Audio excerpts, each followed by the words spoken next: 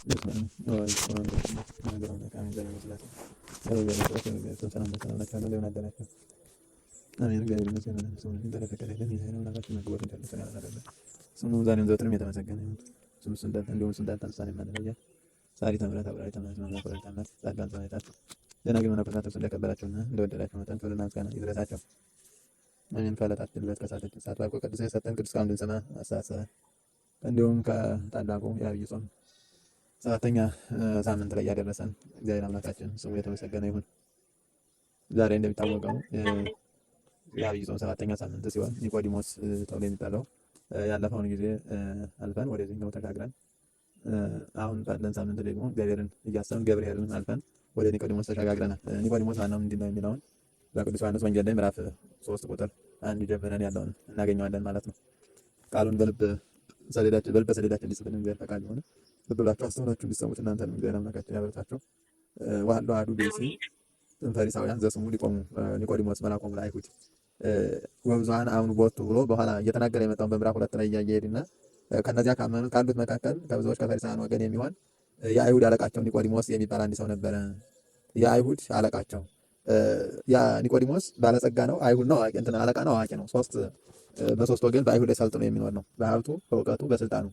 ወውቱ መጽሐፈ እግዚእ ኢየሱስ ቀዲሙ ሌሊተ አስቀድሞ በሌሊት ወደ ጌታ የመጣ አሁን ለእምነት መጣ የሚለው ነውና አስቀድሞ ለትምህርት ወደ እርሱ በሌሊት የሄደ ነው። የኒቆዲሞስ ግብሩ የአይሁድን በስልጣን መምራት፣ በሕይወቱ ደግሞ ባለው ደግሞ በምድራዊ ሀብቱም የታወቀ ዝነኛ ባለጸጋ ሲሆን እውቀት፣ ስልጣን፣ ሀብት የተሟላለት ነው።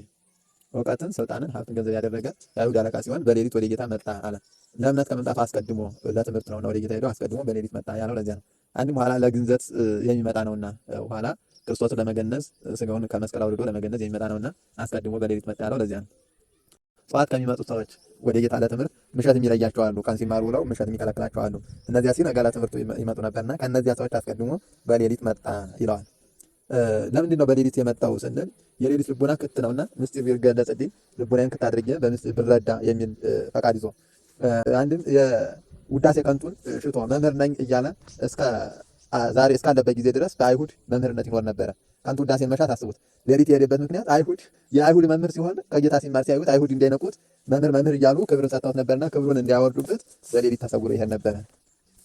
ትምህርት ሳይከናወንለት ኖሮ ከዚህ ብላቴና ሊማር መጣ እያሉ እንዲያቀዱበት ክብሩን እንዳይነቁበት ከንቱ ውዳሴን ሲሻ በሌሊት ሄደ ተሰውሮ። አንድም አይሁድን ፈርቶ ነበረ። በአይሁድ ጊዜ በዚያን ዘመን እመቦ ዘአምነ በክርስቶስ ይትበርበር ቤቱ ይታየናል፣ ቤቱ ይበርበር ገንዘቡ ይቀማ የሚል አዋጅ አውጥተው ነበረ አይሁድ። ሌሊት እንዲሄድ ያደረገው ኒቆዲሞስን አንዲህ ነው። 3 ነገሮችን ያዙ። የመጀመሪያው ልቡና የክት ይሁንልኝ ብሎ፣ ሁለተኛው ውዳሴ ከንቱን ሽጦ የአይሁድ መምህር ሲሆን ከክርስቶስ ሲማር አይሁድ እንዳይንቁት፣ አንተ የኛ መምህር ስትሆን እንዴት ከክርስቶስ ከአንድ ብላቴና ትማራለህ? ለወጡ ስብሐት አይሁድ የሚያስቡት ክርስቶስን እንደ አንድ በስጋ ተገልጧልና እንደ ተራ ሰውና በእድሜ አኖ ተቆጥሮ በሚቆጠር ዘመን ስላዩት በእውቀትም ወስነውና ጌትነቱን አልተረዱትም ነበርና ከዚህ ብላቴና እንዴት የኛ መምህር የኛ አለቃ ስትሆን ትማራለህ ብለው እንዳይገስጹት። ሶስተኛው እንዳይጣሉት ነው። በክርስቶስ ያመነ ከክርስቶስ ጋር የዋነ ቤቱ ይበረበራል ገንዘቡ ይወረሳል የሚል አዋጅ አውጥተው ነበርና በድንጋይ ይወገራል ነበርና ያንን ፈርቶ ነው። በዚህ ጊዜ ምስጢሩ ግን ይህን ያደረገበት ከግላ ኦሪት ገና ያልተላቀቀ መሆኑ ነው።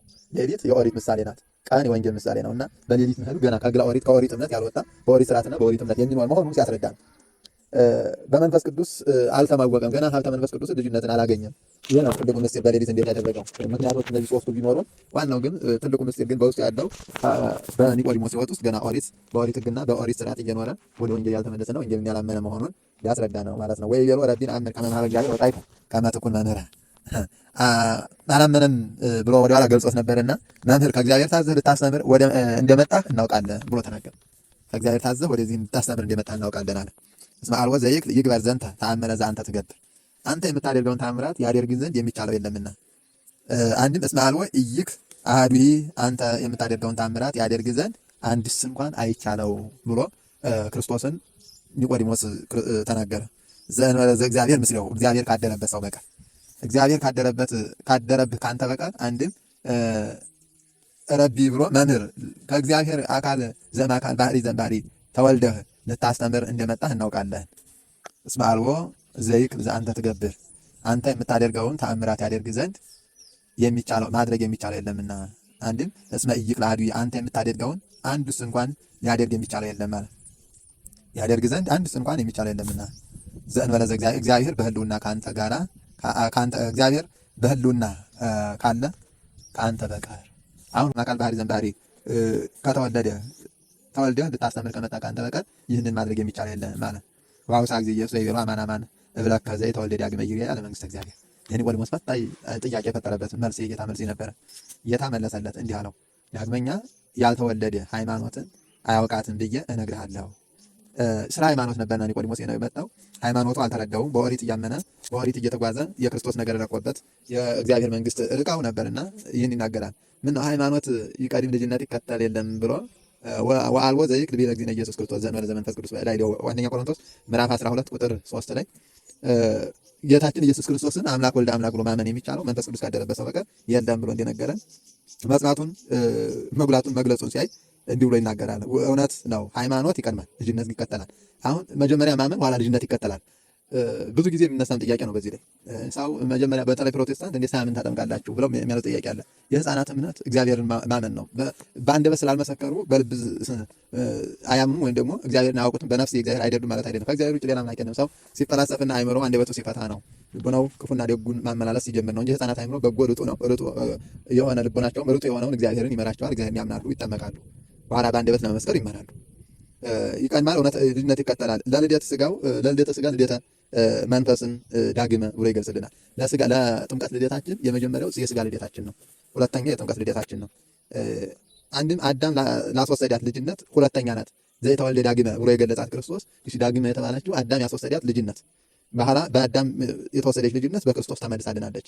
በጥምቀቱ እንድናገኛት እንድንጠመቅና ልጆቹ እንድንሆን አድርጎናል ማለት ነው። ያች ልጅነት ናት የተመለሰችልን። ዳግመኛ ያልተወለደ በመንግስተ ሰማያትን አይወርሳት ብሎ ቀጥታ ይነግረዋል። መንግስተ ሰማያትን መውረስ የሚችል ዳግመኛ ከውሃና ከመንፈስ የተወለደ። ያቺ ዳግመኛ የተባለችው አንደኛው በስጋ ተወልደን፣ ሁለተኛ በመንፈስ ከ40 ቀን 80 ቀን ካልተወለደን፣ ሁለተኛው አዳም በመጀመሪያ ተነስተው የነበረችው ልጅነት በጥምቀት በኩል ካላስመለስ የእግዚአብሔር መንግስት መውረስ አይቻለውም ብሎ በእውነት እነግራቸዋለሁ ብሎ ይነግረናል። ወይቤሎ ኒቆዲሞስ እፎ ይክርሳል ዳግመ ተወልዶ እምድኅረ ልሂቅ። አሁን ኒቆዲሞስ ይህ ለእሱ አይምሮ ራቀው። ኒቆዲሞስ በተወልደ ያለውን የልደት የስጋ ልደት አድርጎ ሰው ካደገ ከጎለመሰ በኋላ ዳግመኛ መወለድ እንደሚቻለው ብሎ ጠየቀ። ወይክኑ ወገቢያ ውስተ ከርሰ እሙ ወይትወለድ ዳግመ። ምስጢረ ጥምቀትን በደንብ አድርጎ ክርስቶስ የመለሰለት ኒቆዲሞስ ጥያቄውን ያስመለሰበት አውድ ነው። ወደ እናቱ ማኅፀን ገብቶ ዳግመኛ መወለድ ይቻለዋልን? አንድም ወደ አባቱ አብራክ ተመልሶ ወደ እናቱ ማኅፀን ገብቶ ዳግመኛ መወለድ ይቻለዋልን ብሎ ክርስቶስ ኒቆዲሞስ ጠየቀ። ዳግመኛ ካልተወለደ የእግዚአብሔር መንግስት ማየት አይችልም ብሎ ሲነግረው በዚህን ጊዜ ጥያቄ ፈጠረበት። እንዴት ሰው ዳግመኛ ከውሃና ከመንፈስ ካልተወለደ የተባለውን በስጋ ልደት አድርጎት ሰው ካደገ ከጎለመሰ በኋላ እንዴት መወለድ ይችላል ብሎ ጠየቀ። ዋውሳ ጊዜ ኢየሱስ ወይቤሎ አማን እብለከ ዘይተወልደ ዳግመ ወመንፈስ ቅዱስ ይግባ ኢይክል ዋውሳ መንግስተ ሰማያት ውስተ መንግስተ እግዚአብሔር። ልደቱን ተናግሮ መወለጃውን አልተናገረውምና መወለጃውን ይነግረዋል። ጌታን መልሶ ከአብራ ከመንፈስ ቅዱስ ከማኅፀን ይወርዳል፣ ያልተወለደ ወደ መንግስተ ሰማያት አይገባም ብዬ በእውነት እነግርሃለሁ አለው። ሦስትነቱን በዚህ ነገረው። እግዚአብሔር ብሎ እግዚአብሔር አብን፣ እማይ ብሎ እግዚአብሔር ወልድን፣ መንፈስ ቅዱስ ብሎ እግዚአብሔር መንፈስ ቅዱስን ከሶስቱ ያልተወለደ የእግዚአብሔር መንግስት አይወርሳትም ብሎ አንድነት ሦስትነቱን ይገልጽለታል ማለት ነው። በዚህም ጊዜ ኒቆዲሞስ እስመ ዘተወልደ እምሥጋ ሥጋ ውእቱ አስቡ። ጌታችን ኢየሱስ ክርስቶስ ኒቆዲሞስ ከግዙፍ ሥጋ የተወለደ ግዙፍ ሥጋ ነውና ዘይተወልደ ዳግመ ብሎ የገለጸው ያን ሁለተኛ የመጀመሪያው ልደት የሥጋ ልደት ነው፣ ግዙፍ ልደት ነው። በግዙፍ ልደት የተወለደ ግዙፍ ርስትን ይወርሳል፣ ግዙፍ ልደትን ይወለዳል። ወዘተወልደ መንፈስ መንፈስ ውእቱ ከረቂቅ የተወለደ ነፍስ ረቂቅ የተወለደች ነፍስ ረቂቅ ናትና ዘይተወልደ መንፈስ ቅዱስ ከመንፈስ ቅዱስ ካልተወለደች የእግዚአብሔር መንግስት አትወርሱም ማለት። በስጋችን ግዙፍ ነን፣ በነፍሳችን ረቂቅ ነን። በስጋ ከእናት አባት እንወለዳለን፣ በነፍስ ከእግዚአብሔር እንወለዳለን። በስጋ የሚወልዱ እናት አባቶቻችን ግዙፋን ናቸው፣ በነፍስ የሚወልደን እግዚአብሔር ረቂቅ ነው፣ ረቂቅ ልደትን ይወልደናል ማለት ነው። ወበእንተ ዝንቱ ኢታንክር እስመ በክሙ ትወለዱ ዳግመ ዳግመኛ ልትወለዱ ዘንድ አላችሁ ስላልኩ አታድንቅ፣ ግዱን ትወለዱ ዘንድ አላችሁና የእግዚአብሔር መንግስት ተወርሱ ዘንድ ወደ እግዚአብሔር መንግስት ትገቡ ዘንድ ግዱን ልትወለዱ ይገባችኋል። ከምን? ከመንፈስ ቅዱስ። ከመንፈስ ቅዱስ ልንወለድ ግዴታችን ነው።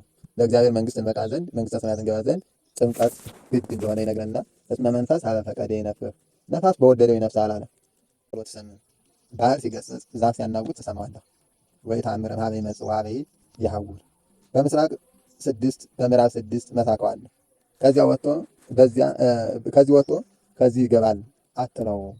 በየትኛው መስኮት ወጥቶ በየትኛው መስኮት እንደሚገባ፣ በየት ወጥቶ በየት እንደሚገባ፣ ከየት ተነስቶ ከየት ወየት እንደሚደርስ አታውቀውም። ነገር ግን ነፋስን ሲነፍስ ቃሉን ትሰማዋለህ አለ። የረቂቅነቱን የልደቱን ምስጢር የምስጢረ ጥምቀትን ምስጢር እያስረዳው ነው። ከማወቂያ ውእቱ ሁሉ ዘይትወለድ መንፈስ ቅዱስ ከመንፈስ ቅዱስ የሚወለዱ ልደት እንደዚህ ነውና እንደ ነፋስ ነው። ነፋስ ከዚህ ወጥቶ ከዚህ ገባ እንዳይባል ቃሉ ይሰማል መኖሩ። መወለዳችን በልጅነት በክብር ይገለጻል።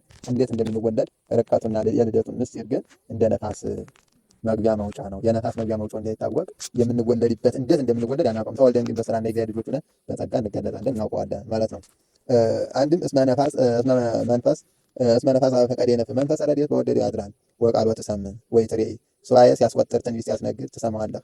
ወይ ተአምር ሀብተ ሙሴ ለኢያሱ ሀብተ ኤልያስ ለኤልሳዕ ሲሰጥ አታውቀውም። ይህ ማለት ምን ማለት ነው? እግዚአብሔር በረድኤት በነቢያት ላይ አድሮ ስራ ይሰራል። ሀብቱ እንዴት እንደሚሰጣቸው አያውቅም። ስራ ሲሰሩ ግን በዚያ ድምፅ እንደመሰማት በስራ ይገለጻል። ሀብተ ሙሴ በኢያሱ ላይ አድሯል። ሀብተ ኤልያስ በኤልሳዕ ላይ አድሯል። የኤልያስ ሀብት በኤልሳዕ ላይ ሲያድር፣ የኢያሱ ሀብት የሙሴ ሀብት በኢያሱ ላይ ሲያድር እንዴት እንደሆነ ግን የሚያውቅ የለም። እንኳንስ አይደለም ሌላው ይቅርና ያደረባቸው ቅዱሳኑ ራሱ ኢያሱ የሙሴን ሀብት እንዴት እንደተቀበለ አያውቅም። ስራ ሲሰራ ነው የሚያውቀው። ልጁነትም እንደዚህ ሆነ።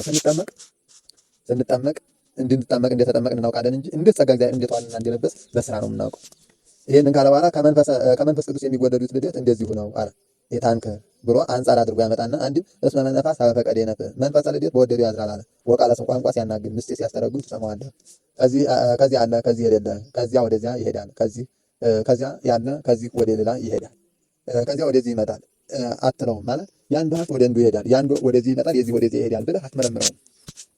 ሐዋርያት ሀብተ መንፈስ ቅዱስ ተሰጣቸው። ቋንቋ ሲናገሩ ምስጢር ሲተረጉሙ እንጂ እንዴት ተሰጣቸውና እንዴት እንዳደረባቸው ማንም ያውቅ የለም። ያን ጸጋ ግን እንዴት ተቀብለው እግዚአብሔር ስራ እንዳሰራቸው በስራ ተገልጿል ማለት ነው። ልጅነታችንም እንደዚያ ነው። በ40 ቀን በ80 ቀን የተጠመቅነው ጥምቀት የተወለድነው ልደት የሚገለጸው በስራ ስራ ካልሰራን የእግዚአብሔርን ልጅነት የእግዚአብሔር ልጆች ነን ብለን እንዲህ ተወለድን ብለን ለእናት ለአባታችን ምስክር አለን አይደለ? ተወልዳል ባናውቅም እንኳን በጊዜ ህፃናት ሆነን ምንም ባንረዳው ምንም ያንን ነገር ነግረውን ብንቀበል እንዲህ ነው የተወለድከው ብለን ሲወለዱ አይተን የመወለዳችን መንገድ እናውቀዋለን። የጥምቀታችን ምስጢር ግን የምናውቀው በስራ ከመንፈስ ቅዱስ የሚወለዱት ልደትን እንደዚህ ነውና አታድንቃል። ለምን? የነፋስን ባህሪ መግቢያ መውጫ ካላወቅ፣ የሀብታት ለሰዎች ሲሰጥ ቋንቋ ሲናገሩ እንዴት እንደተሰጣቸው ሳታውቅ ሲናገሩ ብቻ የምታውቅ ከሆነ፣ የቅዱሳን ሀብት የአንዱ ሀብት ወደ አንዱ ሲሰጥ በስራ ሲገለጽ እንጂ ሲሰጣቸው የማታይ ከሆነ የመንፈስ ቅዱስ ልደትም እንደዚህ ነው። ከመንፈስ ቅዱስ የምትወለደው የመንፈስ እግዚአብሔር ልደትህ ይህ ነው ብሎ አስረዳው። ዋውሳ ኒቆዲሞስ ወይ ቢሮ እፎ ይትካሃል ዝንቱ ይኩን። ኒቆዲሞስ መለሰለት እንዲህ ነው፣ ይህ ይሆን ዘንድ እንደምን ይቻላል? አንድም ከመዝ ከወይን ብሎ ይገልጽና እንዲህ መሆን እንደምን ይቻላል አለው። ቢረቅበት ነው የተናገረ። ምክንያቱም የነገረው ሁሉ ከአእምሮ በላይ ሆነበት፣ ራቀበት። ኒቆዲሞስ በነገራችን ላይ በጣም ብልህም ነው። አጥብቆ ጠንቅቆ መረዳት ይፈልጋል፣ ይጠይቃል። እንዲህና እንደናንተ አይደለም። ቢገባኝ ባይገባኝ እንዳንተ አይገባኝም ብለን ነው ትተነው እየተገሰጸ ነው የተማረው። ጌታችን ኢየሱስ ክርስቶስ ይገስጸዋል በዚህ ንግግር። እርሱ ግን በቃ እስካልተረዳው ድረስ እንዴት ሊሆን ይችላል ብሎ ጠየቀ። አሁንም እየመሰለለት አቅርቦ እየነገረው ግን አልተረዳኝም ሲል ክርስቶስ እንዲህ ብሎ መለሰለት። ዋውሳ ጊዜ ኢየሱስ ይብሎ አንተ ሊቆሙ ለእስራኤል ጌታ እንዲህ ብሎ ይመልስለታል። የእስራኤል መምህራቸው አንተ ነህ። ወዘንተ ነገር ይታመን ነገር ግን ይህን አታውቅም። ውዳሴ ከንቱ ከዘለፋ ጋር ይነግረዋል። ሊቆሙ ብሎ ልቅነቱን ክብሩን ከነገረ በኋላ አንተ ግን ይህን አታውቅም ብሎ ደግሞ ገሰጸው። እንዴት አላወቅም እየመሰልኩልህ እያስሉ ለምን አልተረዳህም ብሎ ገሰጸው። ኒቆዲሞስ በዚህ እየተገሰጸ ተማረ በትትና አማን እብለከ ከመ ዘነአምን እነግረከ ወዘርኢነ ሰማዕተ ንከውን። ራሱን ከዮሐንስ አግቶ ይናገረዋል። ንሕነ ብሎን እንድናስተምር ያየነው እንዲመሰክር በእውነት እነግርሃለሁ። ወስመ አነሰ ተአብዩነ ነሲያ ትምህርታችን ግን አትቀበሉም ማለት አሁንም ጫኖበት የረቆበት እንደ ኒቆዲሞስ እየተገሰጸ ነው። ወሶበ እንዘ ዘበምድር እነግራክሙ ይተአምኑኒ እፎ እንከ ተአምኑኒ እመነገርክሙ ዘበሰማያት።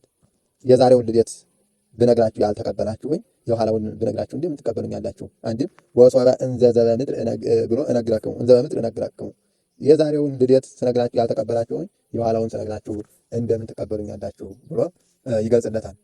ሁሉስ አንድ አይደለም።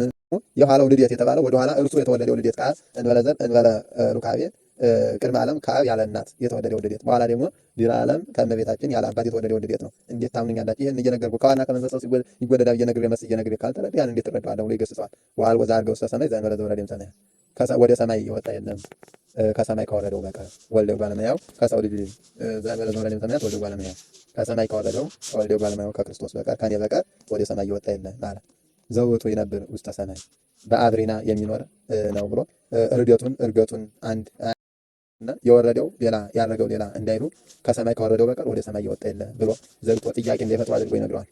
አንድ አካል አንድ ባህሪ ለማለት ነው። ከሰማይ የወረደው ያ እሱም የባህሪ አምላክ ክርስቶስ ነው።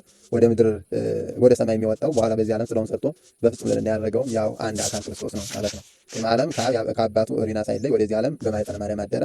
በኋላ ደግሞ ስራውን ሰርቶ በፍጹም ልዕልና በየማነ በዘባነ ኪሩብ በፍጹም ልዕልና በተዋሕዶ አረገ ማለት ነው። ራስን ከአብ ከመንፈስ ቅዱስ አግብቶ ሲናገር በሕልውና ያወቅነውን እንድናስተምር በሕልውና ያየነውን እንዲመሰክር በእውነት እነግርሃለሁ አለ። በዮርዳኖስ መስክረዋል። አብ በደመና ሆኖ መንፈስ ቅዱስ በርግብ አምሳል ሆኖ እርሱ በትስብእት ተገልጾ አስረድቷል።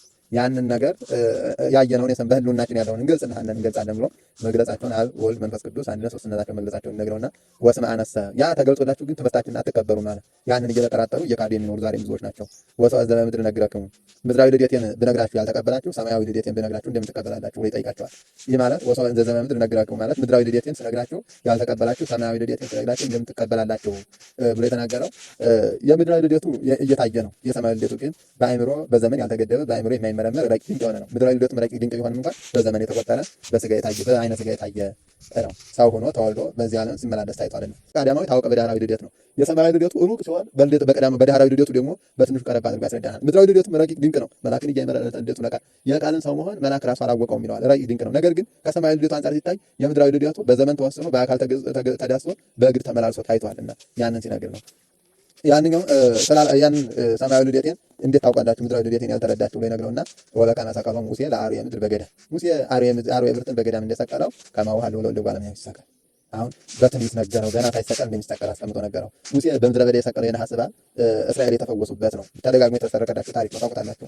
ይሄ እንደዚህ ሁሉ የሰው ልጅ ይሰቀል ዘንድ አለው አለ። ወልደ እጓለ እመሕያው ክርስቶስን ይሰቀል ዘንድ አለውና ጌታ መሰቀሉ ስለምን ነው ብሎ ይጠይቃል። ትንቢቱ ምሳሌው ሊፈጸም ትንቢት ስቅልተ ትርያ እስራኤል ለሕይወትከ ወይታመነ ብሎ በዘዳግም 28 ቁጥር 25 ላይ እስራኤል በምድረ በዳ ያዩትን ያንን የነሐስ እባብን ዓላማ የክርስቶስ ምሳሌና የክርስቶስ ትንቢት ነበረ። ክርስቶስ እንዲህ እንደሚሰቀል በነሐስ እባብ እስራኤል እንደዳኑ በክርስቶስ ስቅለትም የሰው ልጆች ከሞት ወደ ሕይወት እንደሚድኑ ዓለሙ ሁሉ እንዲፈወስ በድምፁን የሰሙትም መልኩን ያዩትም በእስራኤል ተፈውሰዋል። በክርስቶስም በጊዜ የነበሩ ተፈውሰዋል። ድምፁን የሰሙት ማለት ዜና ተአምራቱን ዜና ትምህርቱን በሐዋርያት በመምህራን በሊቃውንት አንደበት የሰሙት ሁሉ የመዳናቸውና የመፈወሳቸው ምስጢር ነው ማለት ነው። እስራኤልን መና ከደመና እያወረደ ሲመግብ የነበረ ውሃ ከአለት ላይ እያፈለቀ ረሃበ ስጋንና ረሃበ ጽምአ ስጋን እንዳራቀ የሚመራ ነው። ጽምአ ነፍስንና ረሃበ ነፍስን የሚያደርግ መሆኑን አስረድቶ በትንቢት አስነግሮ ነበረ። ያ ትንቢት ሂደት ሲፈጸም ዘንድ ክርስቶስ በዕለተ ዓርብ በመልዕልተ መስቀል ተሰቀለ ማለት ነው። የእነርሱን ሐሰት ለመግለጽ ሙሴን አውርዶሙ ቆላተ ሐራሴ ሆኑ ብሎ እስራኤል በእግዚአብሔር ላይ ሲያጉረመርሙ እግዚአብሔር እስራኤል የማይረባቸውን የማይጠቅማቸውን ተመኝተዋልና ወደ ጽኑ በረሃ አውርዳቸው በዚያ አሰጣቸዋለሁ አለ። በዚያ ወረዱ፣ ምግቡን ሰጣቸው። ነገር ግን ወንዝ አዲ መብልዖሙ ሰአኮሙ ነው። አጉረምርመው ያንን በትዕቢትና በተንኮል በክፋት የወረደላቸውን ምግብ ሲበሉት ገና ምግቡ ካፋቸው እያለ መከራ ነው የመጣባቸው፣ መቅሰፍት ነው የመጣባቸው። ከዚያ ሙሴ ወደ እግዚአብሔር አመለከተ። የነዝር እባብ ተነስቶ ሕዝቡን ሁሉ ፈጃቸው። የስቅልተ እስራኤል ሕይወት የተባለው እባብ የነሐስ እባብ እንዲሰቀል ያደረገው በበረሃው እንዲያወርዳቸው ያደረጋቸው እስራኤልን ትዕቢታቸው ነው። እግዚአብሔር እየመገባቸው የሚመግባቸው ደጋ ቢሆን ልምላሜ ባይጠፋ ከዚህ እያወረደ ይመግበናል። በቆላ ቢሆን በበረሃ ቢሆን እግዚአብሔርን ማድረግ አይቻልም። ውርጭ ሲረጋ ታውቅተሆነ እንደ በረዶ ይሰራና ይገግራል። ያንን ምግብ እያደረገ ይሰጠናል እንጂ መና ማውረድ አይቻለውም ብሎ እግዚአብሔር አሙት። አሜን ወለ እግዚአብሔር ወይ ገልጿል ነብዩ እግዚአብሔር። በዚህም ጊዜ ነው እግዚአብሔር እንዲህ ብለው ሲያሙት፣ እግዚአብሔር ደግሞ የእስራኤልን ሐሰት የእርሱን ጽድቅ የሙሴን አገልጋይነት ይገልጽ ዘንድ ወደ በረሃው ይዛቸው ውረድ አለው። ጽኑ ወደሆነ በረሃ ይዟቸው ወረደ። በዚያ ምግብ ወረደላቸው። ነገ ተነስቶ ይነድፋቸው ጀመረ። በበረሃ ቢሆን እግዚአብሔር ማውረድ አይችልም ብለ ምግቡን አወረደላቸው። ግን በበረሃ ያላደረገባቸው እግዚአብሔር ጉዟቸውን ከዚያ መከራ እንዲጠበቁ ነበር። እነሱ ባለማወቃቸው የማይጠቅማቸውን ተመኝተዋልና በነዝር እባብ ሲነድፋቸው ሕዝቡ ወደ ሙሴ ጮሁ። ምንጊዜም እስራኤል ሲቀሰፉ ወደ ሙሴ ነው የሚጮሁት። ሙሴ ወደ እግዚአብሔር ነው የሚጮህ። ሙሴ ወደ እግዚአብሔር ሲጮህ የነሐስ እባብ በዓላማ ስቀል አለው። በዓላማ ሰቀለ። ያንን የነሐሱ እባብ ድምፁን የሰሙት በሩቅ ያሉት ድምፁን ሰምተው በቅርብ ያሉት ፊቱን አይተው ተፈወሱ። እንደዚሁም ሁሉ በክርስቶስ ያመኑ ምእመናንን በጊዜ ያሉ የእጁን ታምራት የቃሉን ትምህርት አይተው ተፈውሰዋል፣ ድነዋል። በጊዜ ያልነበሩ ደግሞ ድምፁን ሰምተው እንደማለት ዜና ተአምራቱን ዜና ትምህርቱን በሐዋርያት በመምህራን ተምረው ከኋላ ከተነሱ ከመምህራን አምነው የመንግስተ ሰማያት ተስፋን የማግኘታቸው ምስጢር ነው ማለት ነው። እስከ ቁጥር 15 ድረስ ያለው ይቃልና በጥቅሉ ይህን ሳምንት ስንመለከት እስከ መጨረሻው ማለትም 22 ድረስ ያለው የኒቆዲሞስን የዚህ ሳምንትን ታሪክ ነው የሚነግረን። ምናልባት እግዚአብሔር ከፈቀደ በዚህ በሳምንቱ ባለው ነገ እመቤታችን ናት ባለው በትምህርት ክፍል ሌላ ክፍል እንማረዋለን። ነገር ግን እስከ ድረስ ያለውን ስንመለከት ኒቆዲሞስ ማን ነው? ያንዳንዳችን ከኒቆዲሞስ ሕይወት ላይ የምንፈርድበት ብዙ ነገሮች አሉ። እንዴ ኒቆዲሞስ እንዴት ከሃይማኖቱ አስበልጦ ለስልጣኑ ለገንዘቡ ለክብሩ ተመኝቶ በሌሊት እየሄደ ቀን ከአይሁድ ጋር እንዴት ይውላል? እውነትን እያወቀ እንዴት ይደብቃታል? አንዳንድ ጊዜ የህሊናችን ወቀሳ ይኖራል አይደለም? በታሪክ ላይ እንወቅሳለን። መልሰን ግን ታሪኩን ወቅሰን የምናልፍ ከሆነ ራሳችን ካልተመለከት ሌላ ስህተት ነው። ኒቆዲሞስ ሶስት ነገር አለው። ወደ ጌታ የሚሄድበት ሶስት ምክንያቶች አሉት።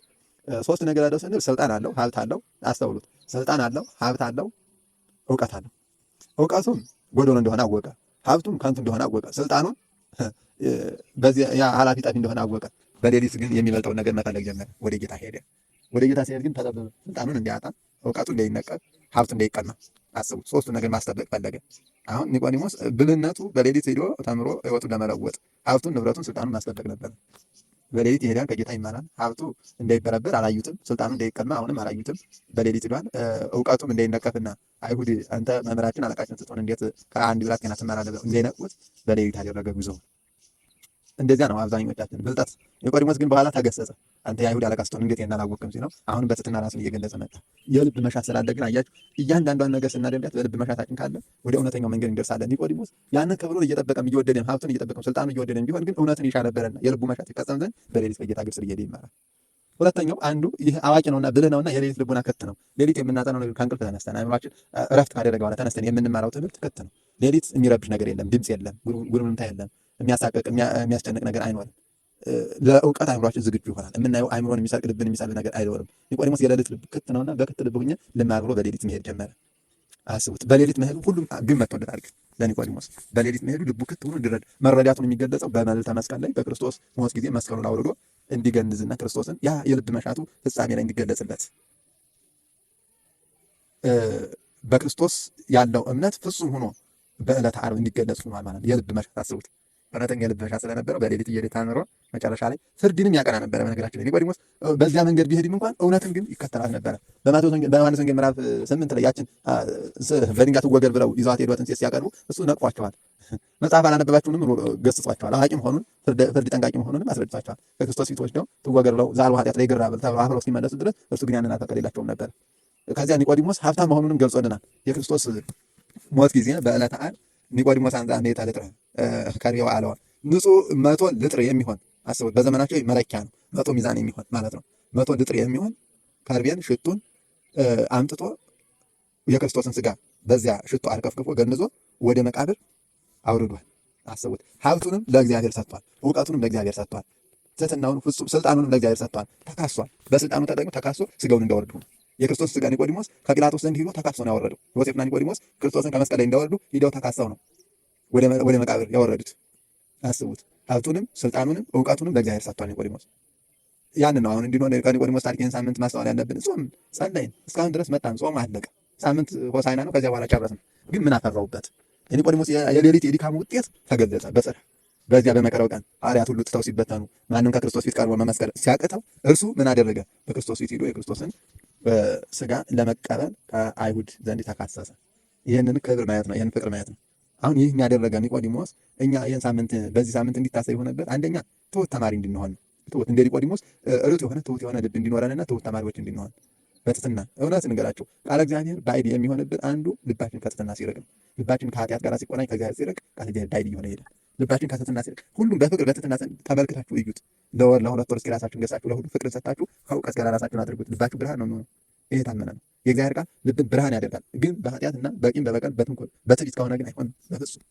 እንደ እሾህ እየወጋ እንደ አለት እያጠቃና እየመለሰ ነው ወደኛ። ሊዋሃድን ሊጠጋን አይችልም። ሊጠጋና ሊዋሃድን የሚችለው በፍጹም ትሕትና በንስሐ ሕይወት ሆነን በፍጹም ፍቅር ሆነን ቃሉን በልቡናችን እንደ ጸሎት እያደረግን ስንማረው። እያንዳንዱ የምትማሩት ቃል ጸሎት ነው። እያንዳንዱ የምትሰሙት እግዚአብሔር ጋር እንደ ጸሎት ልትጠቀሙበት እንጂ አለመባችሁ ልታልፉት እንጀራ ልትቆርሱበት አይደለም። ያ ኒቆዲሞስ በፍጹም ትሕትና በሌሊት እየሄደ ተማረ። ልቡን ክፍት አድርጎ ሰምቶ ነበረ። አመነ፣ እምነቱንም በስራ ገለጠ በክርስቶስ ፊት። በዚያን ጊዜ ክርስቶስ ቃል ኪዳን ሰጠው።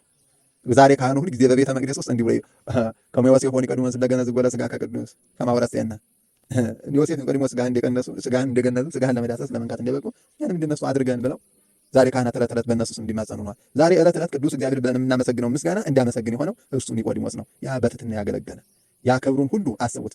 ከአይሁድ ጥላቻ በጥበብ ሂዶ ሌሊት ተምሮ ምንም በጊዜው ባለማመን ሲመላለስ የነበረበትን ያን አካሄዱን ስልጣን ወዳዲነቱን ተወ። እውቀት ክብር ወዳዲነቱን ተወ። በሌሊት ይሄድ የነበረው በአደባባይ ክርስቶስን አምናለሁ ብሎ በክርስቶስ ስጋ ተከራክሮ የክርስቶስ ስጋ መቀበል ጀመረ።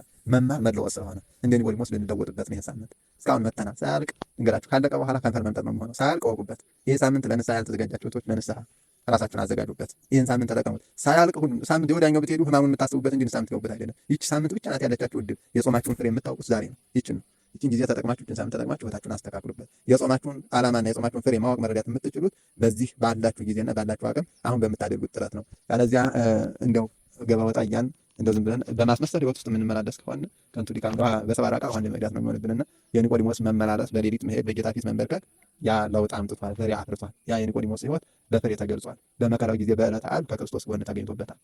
ይህን ሳምንት ኒቆዲሞስ ብለን ስናስብ ሀብታችን የኒቆዲሞስ ሀብት አለው።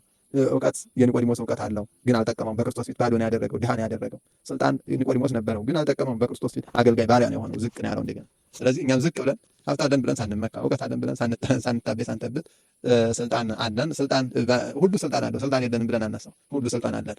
በእኛ አቅም የምናዘው፣ የምናዝዘው፣ የምናደርገው፣ የምንሰጠው፣ የምንነሳው አለ። በዚያ ነገር ላይ ሳንታበይበት ምናልባት እየረዳችኋቸው የሚኖሩት ወንድሞች ድሃዎች እናት አባት ይኖራሉ። ያ በእነሱ ላይ መሰልጠን ነው። ያንን እንደ ትዕቢት እንደ ልቅና ሳትቆጥሩት ምናልባት በእውቀትም ቢሆን በእናንተ ስራ ስር በእናንተ እውቀት መመራት የሚፈልጉ እናንተን እቃሁ ይደግፉኝ የሚሉ አጽኑኝ አበርቱኝ የሚሉ ወቶች ይኖራሉ።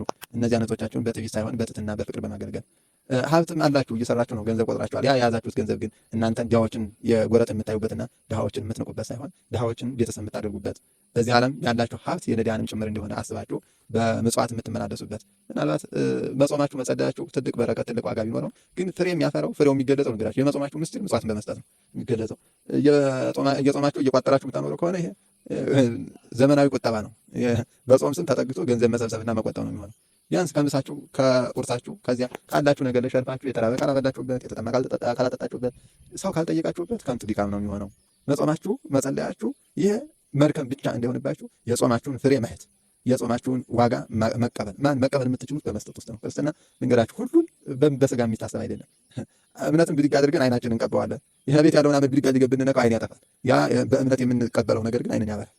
በመስጠት ውስጥ መቀበል አለ በክርስትና ሕይወት። ያን ነው ማሰብ ያለባችሁ። ስትሰጡ እየለያችሁ አይደለም እየተቀበላችሁ፣ ስትይዙ ደግሞ ስትቋጥሩ ደግሞ እየለያችሁ ነው ነገራችሁ።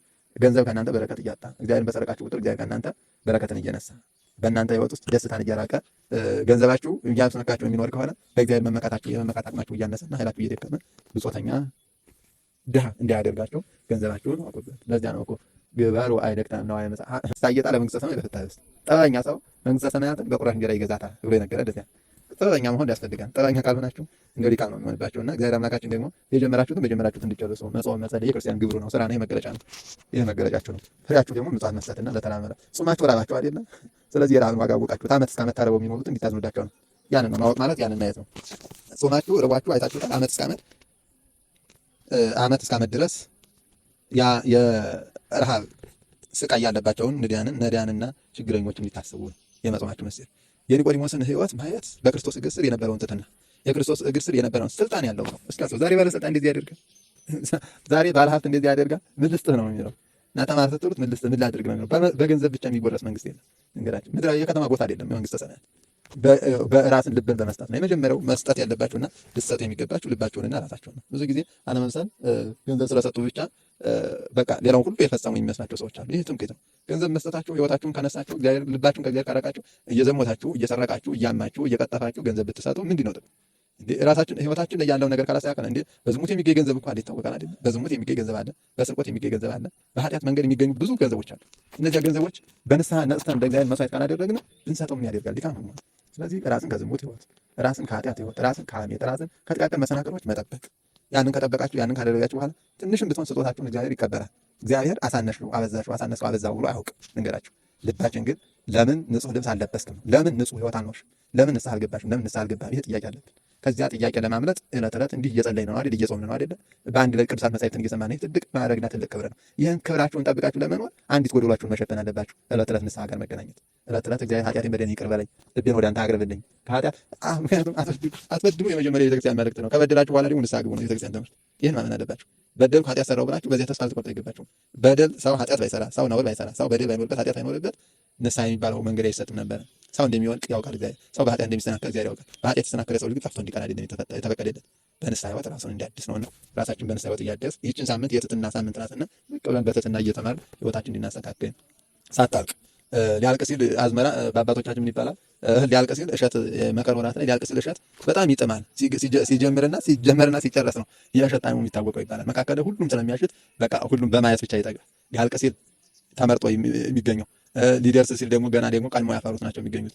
ስለዚህ ሊያልቅ ሲል ቢያንስ መጠቀም ያለብን መጠቀም አለብን። ይቺ ሳምንት የናፍቆት ናት፣ የስስት ናት። ካለ ከኑ አናገኛትም። በቃ ያለ ከርሞ የማትገኘው ሳምንት እስከ ከርሞ ደግሞ መኖራችን የምናውቀዋለን። ከርሞ ላይ ምን እንሆን ይሆን? ሀገራችን ውስጥ ነው።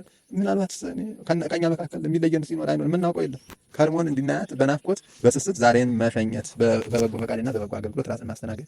ይህች ሳምንት ናት፣ 5 ቀን ናት አስቧት የቀረች። ይህችን 5 ቀን መጠቀም፣ እንዴት እንጠቀምባት ብሎ ማሰብ፣ በጸሎት መትጋት፣ በንስሐ ሕይወት መመላለስ፣ ነገ ሰኞ ጀምሮ ዛሬዋን ጀምሮ ከአባት ጋር መገናኘት፣ ትንሣኤውን ብርሃን ለብሼ ብርሃን ተጎናጽፌ የደስታ የሰላም እውነተኛ ጾም ጾሜ እንዲገለጽ አድርገኝ ብሎ በንስሐ ሕይወት ራስን ማድረስ፣ ከንስሐ አባት ጋር መገናኘትና የጾማችሁን ፍሬ ልንገራችሁ። እስካሁን የመጣችሁበትን 45 ቀን ማለት እንግዲህ 40 ቀን ብለን የምናስበው ሰኞ፣ ማክሰኞ፣ ረቡዕ፣ ሐሙስ፣ ዓርብ እነዚህ 5 እንኳን ሲቆጠሩ 40 ቀናት ናቸው። 40 ቀን ሙሉ ሰው ደግሞ በከንቱ እንዳይሆንብን እግዚአብሔር አምላካችን ይርዳን።